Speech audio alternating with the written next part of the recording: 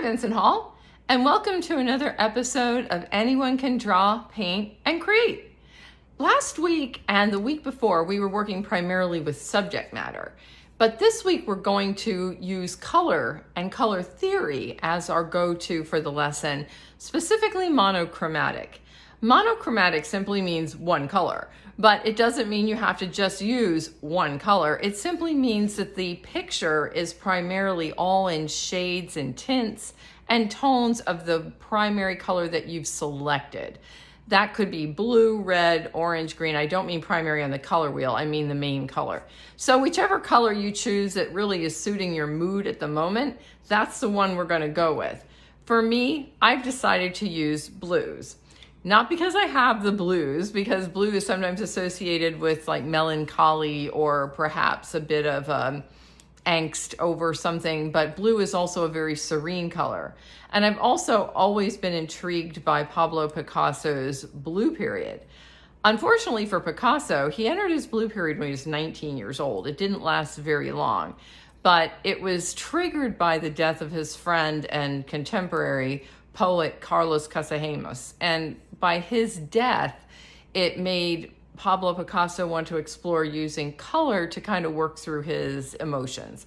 So we're going to take a look at some of his work and then go about how to create a monochromatic painting and drawing by looking at a very colorful landscape scene. Stay tuned.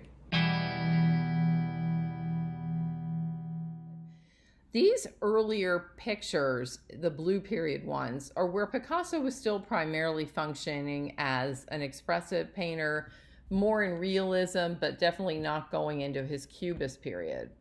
What you can see though, even though most of these are blue in tone, some of them do bring in other colors. So for example, this one, the man and woman, with the red background would really take it out of being monochromatic. It's primarily blue.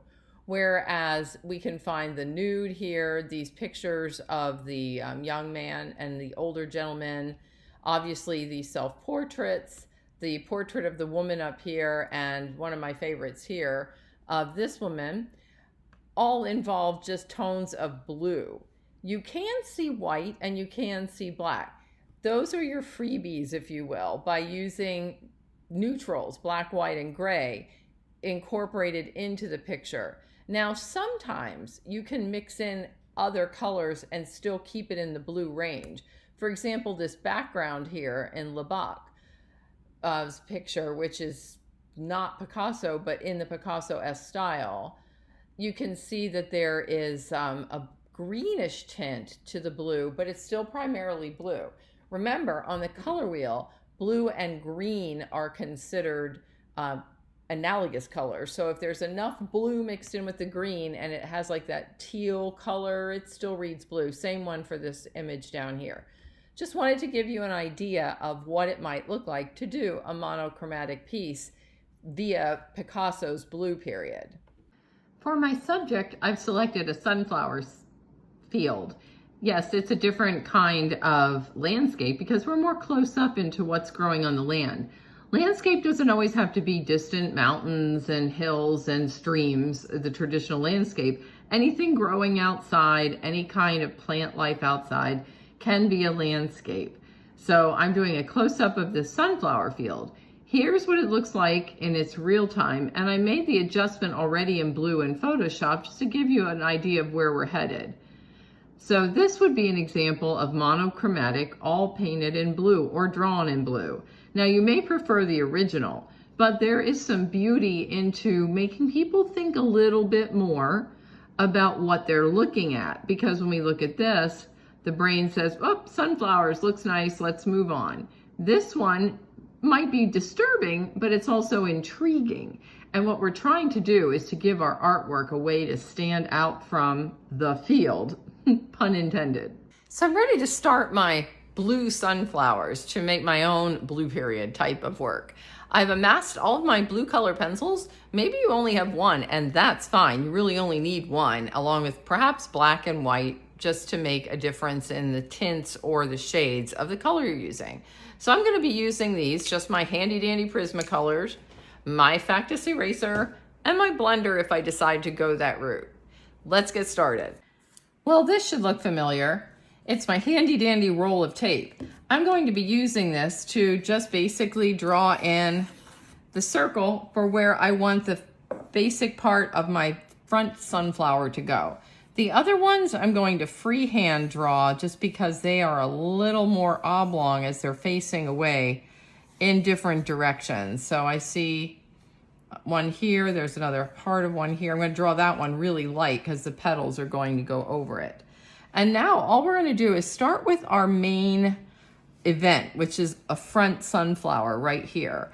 And I'm going to be drawing just the petals from the sunflower and straight out. And I'm going to draw one pretty heavy so that you can see it. And see, basically we're just drawing an elongated, like a rabbit ear. So if you can do something as simple as an elongated ellipse, you can easily do this sunflower. From this point on, I'm just going to make a series of these petals, and I'm just intuitively drawing them in, knowing that they're coming out from the base of the flower. And while it might be convenient to start at one end and go to the other, I like to try to fill in both sides simultaneously so that I don't run out of space as to where I'm going with these petals and get the sense that maybe they're starting to droop or something if I don't want them to, or run out of room. So you can see here, I'm starting at the bottom. I go out in a half circle and out and connect. So it's just bottom to top, connect to connect. You sure don't have to do a sunflower. As a matter of fact, Picasso also did a blue dog, and the blue dog is also really fun. So if you like doing animals, which I was thinking of doing, but then I remembered a lot of folks have asked me to do more landscapes, so here we are. But I was going to do my brown cat, and here comes another terrible pun, but just do Don't You Turn My Brown Cat Blue, with a bad homage to the song Don't You Make My Brown Eyes Blue. So I didn't. I think you're happier for it. Anyway, once I get this main flower in with some of the petals, I'm going to go down here and just draw in my leaf. Just get that rough idea of the leaf. And then I'm going to go back here and just roughly shade in this part of the flower. The inside parts of these darker before I put the petals on, because this is going to give me a chance to know where those seedy pods are from the middle of the flower, and then I can kind of work out from there. This one is going to have its own set of fun because we're going to be adding a lot of texture to it, but just trying to get the idea of these little petals and things for now. And again, everything is up for interpretation. So these back ones, the petals are a little less descript. I'm just roughing in a shape around the petal. This one here, heck, you don't even see any petals here. It's just like a little, looks like a fried egg, kind of. I like using analogies that have nothing to do with the subject matter, but at least it gives you an idea. And then this one, which is kind of facing a little bit more sideways, and the petals are a little bit droopier. That looks like a bit of a sad sunflower, so maybe the blue worked for that one. And then this one over here, again, just kind of roughing in the outer edge of the petal without giving all the petal definition. What I'm going to do next is just take my pencil, this middle blue, and draw a few more of these leaves in, because in this landscape, we have a very low viewpoint, so the horizon line is pretty high up. It looks like we're kneeling almost in this sunflower patch. And I'm going to draw a few more of these leaves. Some of the leaves have more definition than others, but this picture is a pretty leafy proposition. There's a lot of leaves. And to draw a leaf, by the way, what you do is you start with the middle, which is where the major vein would be, and then just connect the top and the bottom, and it will give you that bend. So wherever you decide you want your leaf to go, start with the middle and connect. And if you connect less on one side than another, it's going to give you this really nice bend and start to look like it's going in a direction that's not necessarily all front on. So in this one, I'm seeing more of the right than the left. This one, I'm seeing more of the left than the right, and I'll hold this up. So while you figure out what you would like to do to get started with your monochromatic picture, I'm just gonna go ahead and finish sketching in these leaves. All right, I finished my outline, and you're wondering what happened here and why do I have this blue tape only on half of my picture? Well, I'm using spiral covered paper, and I'm gonna go right off to the edge here as my picture looks that I'm using as reference. So these two sides I'm going off the edge, but I wanted to delineate the difference between the white paper and this really light blue sky that I'm going to put in part of the background here that's going to be above the horizon line on this close-up landscape. Once we've amassed the basic outline of where we're going to go, now we can get started with our different colored pencils of blues. And I'm going to start with my darker blue because, and this one, if you're following along, is going to be blue indigo. And I'm just going to go over these seed pods that are in the back where they're darker, because what I'm doing now is creating a shade. Now, if you only had one blue, here is, yes, my black. So if you don't have another blue, but you want to make a darker blue, just use black. You can see this is doing the same thing, and I'm just following along. I'm interpreting every color that I see, and in this case, it's a brownish yellow, as a blue tone. This is a challenge for the brain too, so it's a lot of fun to see what you can come up with as far as the tone change between one color and another. So trying to see different yellows and what they would interpret as blues can be quite the cerebral challenge. So that's a lot of fun too. Give yourself a little bit of a brain teaser. Okay, I got these darker colors in just where I want them. And remember, look at what you see, not what you know. And I'm not touching this one yet. This is going to be a challenge for sure, but I'm not ready for that. I'm working back to front. So I have my back parts in here. And now what I'm going to do is take my lightest blue, which in this case is this one. It's like a sky blue. But if I only have one blue, again, I could add white because I'm interpreting my yellow as my lightest blue. So I can either use a lighter blue, which I prefer because sometimes it's nice to just have a few different colors in your arsenal. But over here, I'm going to switch back to the blue, that I started with, which was this one. And I will use it on this petal just to show you how to lighten it. So you could press lighter, like I'm doing here, that's one option. Or go to your white colored pencil and you can lighten it up a little bit this way. Now remember, your light white in these colored pencils is also going to blend it in, so you will get less of a paper texture and more of a blended texture, which may or may not be appealing to you depending on what you want to do. Before I go further, I just wanted to show you again what I'm using as reference. So as you can see here, I'm using a light blue pencil interpreting all of these beautiful yellow tones as this lighter blue. And I'll go darker and lighter as I go around here. The greens are almost in the blue family, so these are going to be very subtle in one blue, and I'm just going to use that dark indigo and black for these really deep shadows that we see going in here. Again, I'll have a copy of this photo down in the Art Center if you want to use it for reference and follow along exactly with what I'm doing. Otherwise, feel free to use whatever inspires you. So I'm continuing again with my lighter blue inside my petals, and this you can go pretty quickly with. It's just a matter of filling it in. So you can do each individual petal if you want, or where there's areas again where you just want to go lightly, you can hold the pencil parallel to the surface and just kind of lay in a light area. It really doesn't matter because we're just trying to fill all these in a little bit. Then we'll go back in and add the detail. So I'm just coming around here. There's a couple different layers on this side of these leaves. Again, nothing too crazy. Then this back one, I'm just going to really lightly color this one in because on the picture, this is a very light yellow. It looks like the light's coming directly at this front one And the light kind of caught the back one a bit. And we'll do this one just a little bit. Oh, and I forgot our little friend back here that we were doing the white to show the difference. So we'll fill in this and I'll go back in and do that white later. All right, it's time to look at these leaves. So I'm thinking for the leaves, I'm going to go, here's my black, and here is my really dark blue. Yep.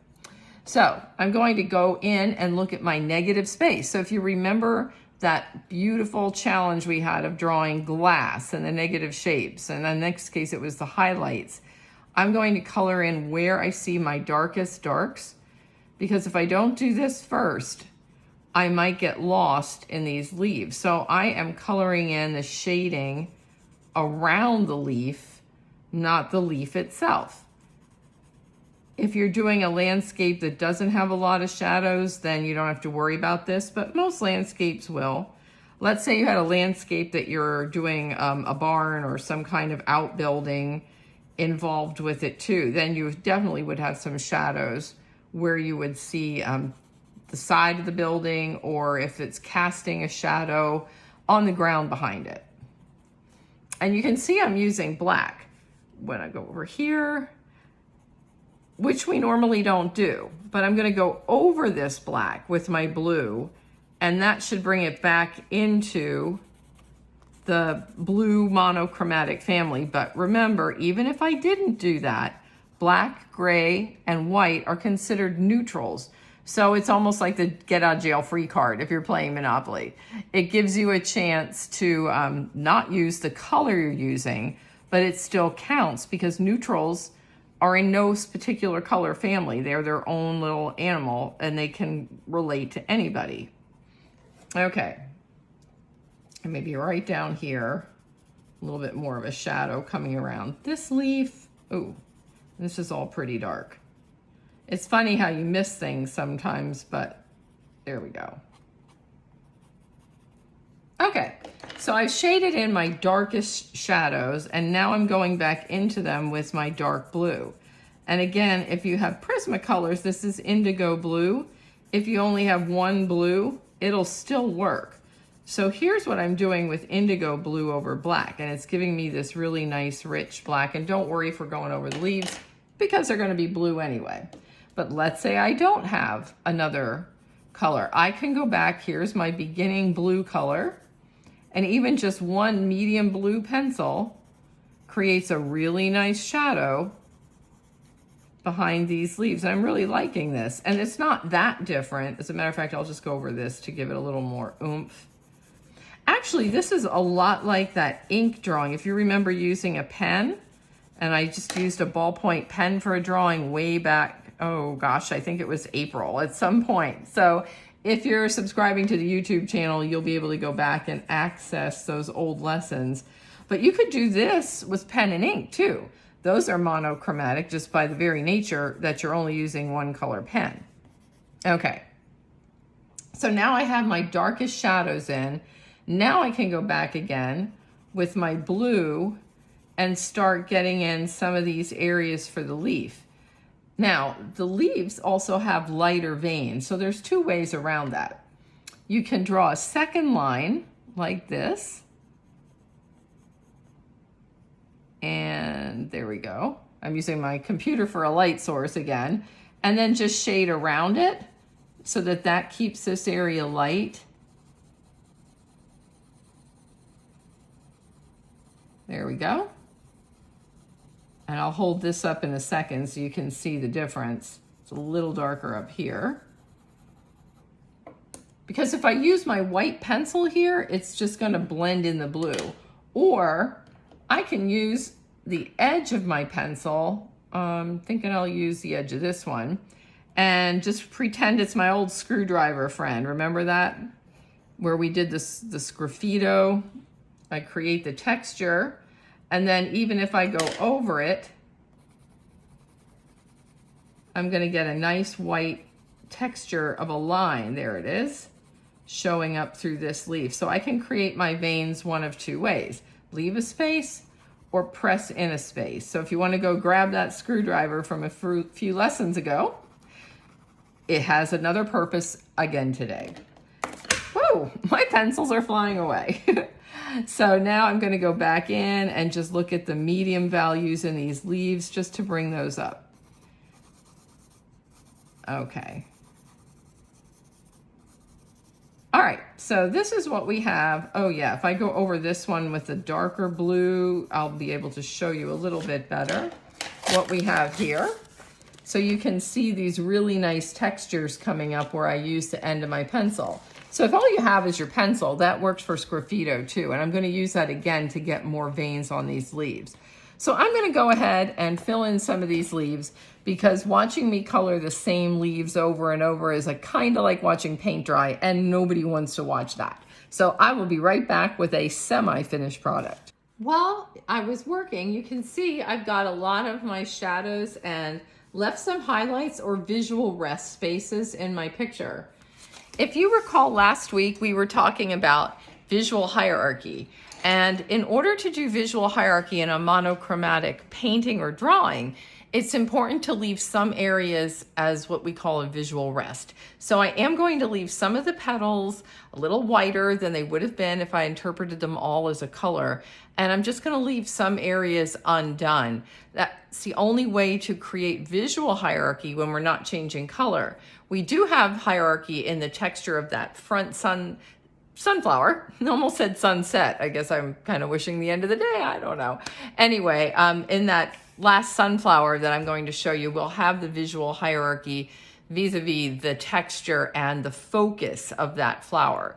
But I also had another serendipity moment while I was working that I wanted to share with you, because if you have a white pencil, and I have two different kinds, I mean, any white pencil will do. I found out the white pencil is going to act almost like a mask. So if I put down the white pencil on the white paper before I put any kind of pigment down, it's going to kind of block my color, not 100%, but enough to create that beautiful viney kind of veiny look that I want for the leaves and the stems of these flowers. Let me show you. So I intentionally left some of these leaves alone so that I could show you what I'm talking about. Here's a completely white leaf. And what I'm going to do is just take my white pencil and just coloring. You can see it's indenting the paper. It's not really coloring it. It's just indenting it, leaving a little bit of a mark there. But now, when I take my blue over that, you can see that it's going to get a little bit darker around the edges. There we go. So you can see that of where I let my white. So I made that intentionally fatter so that you could see where it was going. But it will create a barrier of sorts for this pencil to prevent it from going too dark. That's what I did here. Not here. This was the sgraffito, but I did it with here. So I'm going to go over it one more time. Try this again here. Now, if your pencil gets a little bit of pigment on it from going over other areas, you can always clean it off. So let's see, here we go. I'm going to go to the left of this vein because I already colored it in white, blue, excuse me. Now I'm going over it with the white. And I'm just going to keep doing that while I can get these in where I want white. I don't also have to just go down one area. I might go over to the sides because there are these little veiny side lines that are coming out of the leaf going different directions. Do a few here. So if you're doing an animal, this might be a good way to block in lighter areas of fur. I mean, it really doesn't matter. I'm going to go back to the blue pencil that I started with in the beginning and just start coloring over where I did the white. So I think you can see it a little better with the darker pencil. Oh yeah, that looks cool. It's not 100% white, but it's going to give this leaf a little more texture and a little more direction just by virtue of this white pencil, try it down here, creating a mask. So you can see here, almost like sgraffito, it's created a block and now I have my veins. This is kind of fun. I always like these things. It's like those little magic drawings that you used to get. Sometimes you would just color it in with water and then the color would appear and there was nothing there to start out with. That's what this reminds me of. And now we have most of the leaves in, and we've got our instant veins that I can then go back in with my darker color blue and further accentuate by just coloring in one side. So pick a side. It doesn't matter which one, you just don't want both to be the same. So on this one, I'm just going predominantly on the left-hand side of that vein on this side of my drawing. There we go. And then on this side, I'm going to switch it and go to the right-hand side because I'm imagining the light kind of coming from the middle. So that way it would change as we get to the opposite side of the drawing. And this will hopefully give you a chance to better see some of this texture. Now, while we're talking about visual hierarchy, notice back here, I've not done much at all. I want my background to be blurry. That's just kind of my depth of field, as it's called, and that just simply means not everything is going to have equal amounts of importance or focus. Just going to go in here. As things recede or go back in behind this flower, they're going to get darker as well. So you can use shadow to help accentuate some visual hierarchy. And then I'm just going to use this little pencil here, this darker blue, just to accentuate some of my roughed in little petals on this flower that's back here that just doesn't have a lot going on because it's more in the background. All right, now it's time to get started with the seeds. What I'm going to do for the seeds is take my lightest blue and just start making little circles. Now, some of the folks in my drawing class really enjoy getting into the detail and doing a lot of fine lines and fine textures. So if you see Lonnie Colors around, he's right now working on a drawing of the Chester Brook Elementary School, and I do believe he is drawing every brick in that's possible on that building. So if you think sunflower seeds are bad, just imagine doing every brick on the Chester Brook Elementary School building, and you won't feel so bad about this because this isn't going to take nearly as much time. You can see I only drew the circles around the outside part where the seeds were bigger. They're going to get smaller as they go inside. So eventually I'm just going to kind of roughly give the illusion by making little loops with my pencil. If you took handwriting class in school, you remember this is one of your practices, just doing loop-de-loops. And actually, this is a good warm-up if you're drawing and you just want to get your hand warmed up. Do some straight lines like we did when we started this class, but also do some loop-de-loops, I like to call them, just basically scrolls that go around because I'm creating a texture of these seeds that I can go back in, change to a darker blue, and start to show these little highlights without trying to draw every single little circle.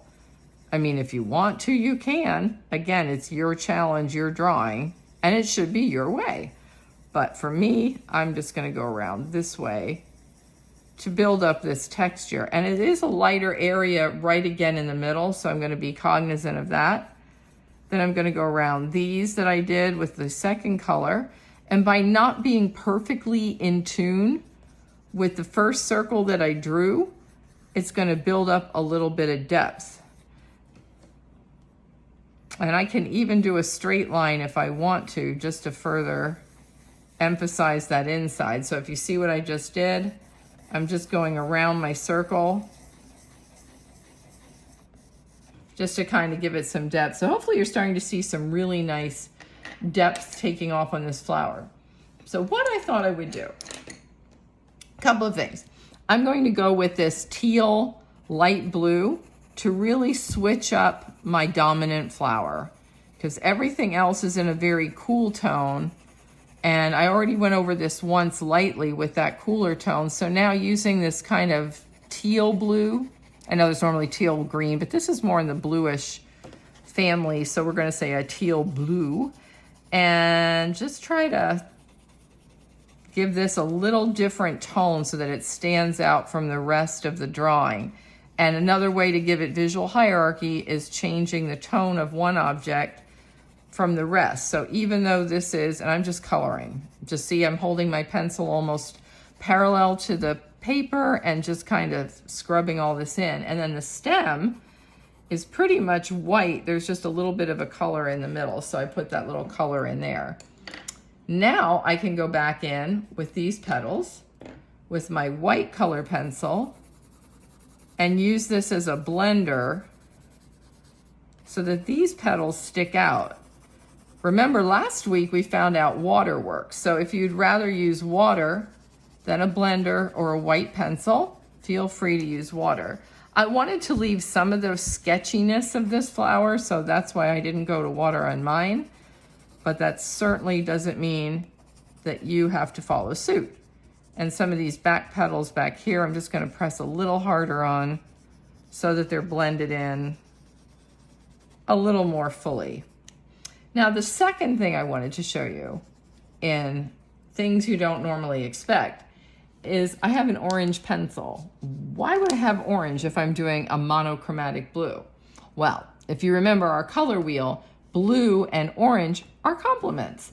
So if I take orange over my blue, yes, it's warming it up a little bit, but what I'm going to do is give myself a different tone again of blue. And you can see here how this orange deepened this blue almost to a neutral, but it's still in the blue family. So if we remember Picasso's work, he had that greenish color, but it's still red blue because there was enough blue in it. Then I go back over it with the blue. I'm just creating more dimension. This orange is a beautiful way to change some of the shadows. So just think about whatever your complementary color is. Now the key is you want to go back over it again with whatever your original color was so that it doesn't sit there and look like a blob of the wrong color.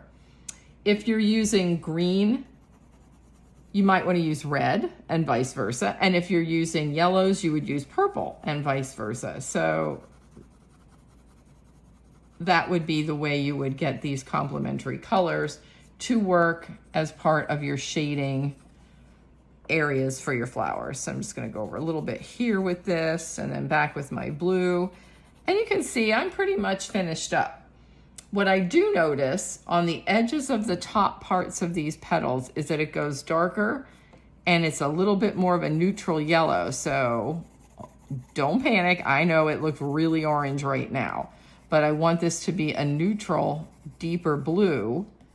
So I'm laying in the orange and it's going to look too bright, and now it doesn't look monochromatic, but it will again. And that's the only place I see that. And then I'm going to go back in with my beginning blue color pencil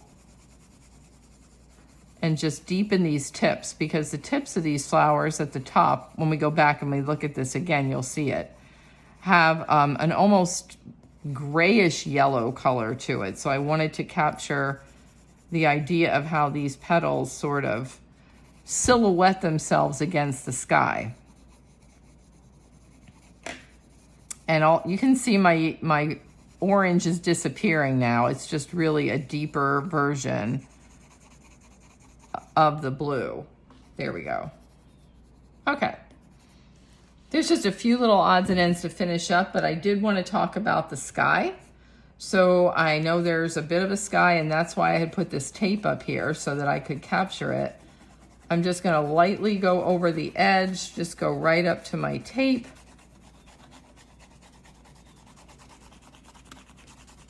This will just help define this when I take this tape off. Now, yes, we are going to have a rougher edge over here, and that's okay.